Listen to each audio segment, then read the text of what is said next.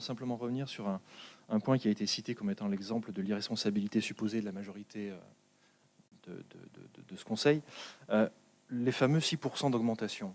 Moi, je vous propose un petit exercice simple, c'est celui de la lecture de la page 68, si je ne dis pas de bêtises, du document qui nous a été remis, pour voir un peu ce que sont ces 6% et qu'on les décompose légèrement. On va faire un exercice très rapide, je ne vais pas être ennuyeux, je vous rassure, que ce soit pour les membres de ce Conseil ou pour celles et ceux qui nous regardent, mais d'expliciter un petit peu ce que sont ces 6%. Il y a le fameux glissement vieillesse technicité, le GVT pour les intimes des acronymes des finances publiques, que je ne maîtrise pas moi-même, je ne prétendrai pas le contraire, qui est une augmentation automatique, obligatoire au regard des situations des fonctionnaires que chaque collectivité doit traiter, qui est de 2%, plus de 413 000 €.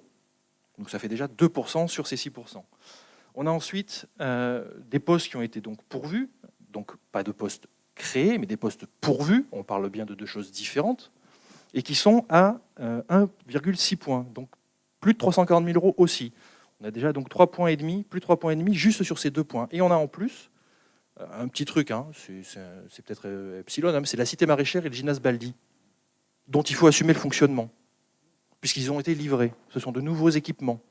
Et ils représentent 0,6 points.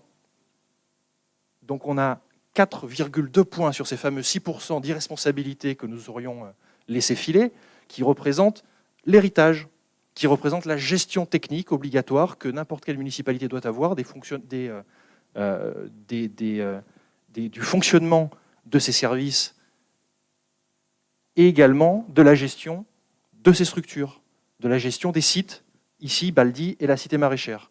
On pourrait faire une digression large sur la cité maraîchère, je m'en abstiendrai pour ma part.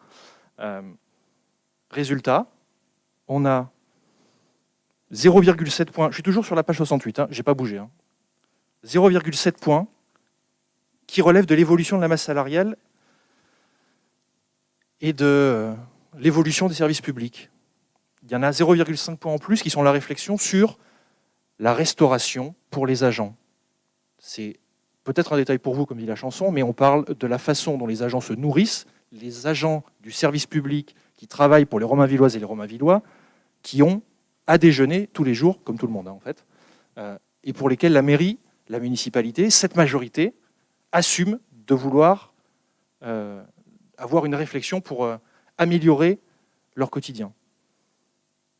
Résultat, si on prend en compte en plus les 0,7 points qui sont ceux des cofinancements, en tout cas des recherches de financement extérieures aux simples finances de la ville, on a 5,2 points d'augmentation de cette masse salariale, dont, je le répète, 4,2 sont entièrement dus à la gestion de l'existant entre le GVT, le fameux GVT, et des postes pourvus.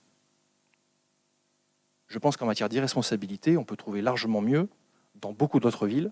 En tout cas, cette majorité réfute catégoriquement cette étiquette-ci, dans le plus grand respect, sans l'asi ni colibé. Elle réfute catégoriquement cette étiquette-ci et ne permettra pas qu'on puisse la juger à l'aune du premier budget pour lequel elle doit gérer donc un existant et un héritage, parce qu'il s'agit aussi bien de cela qu'on puisse la considérer irresponsable.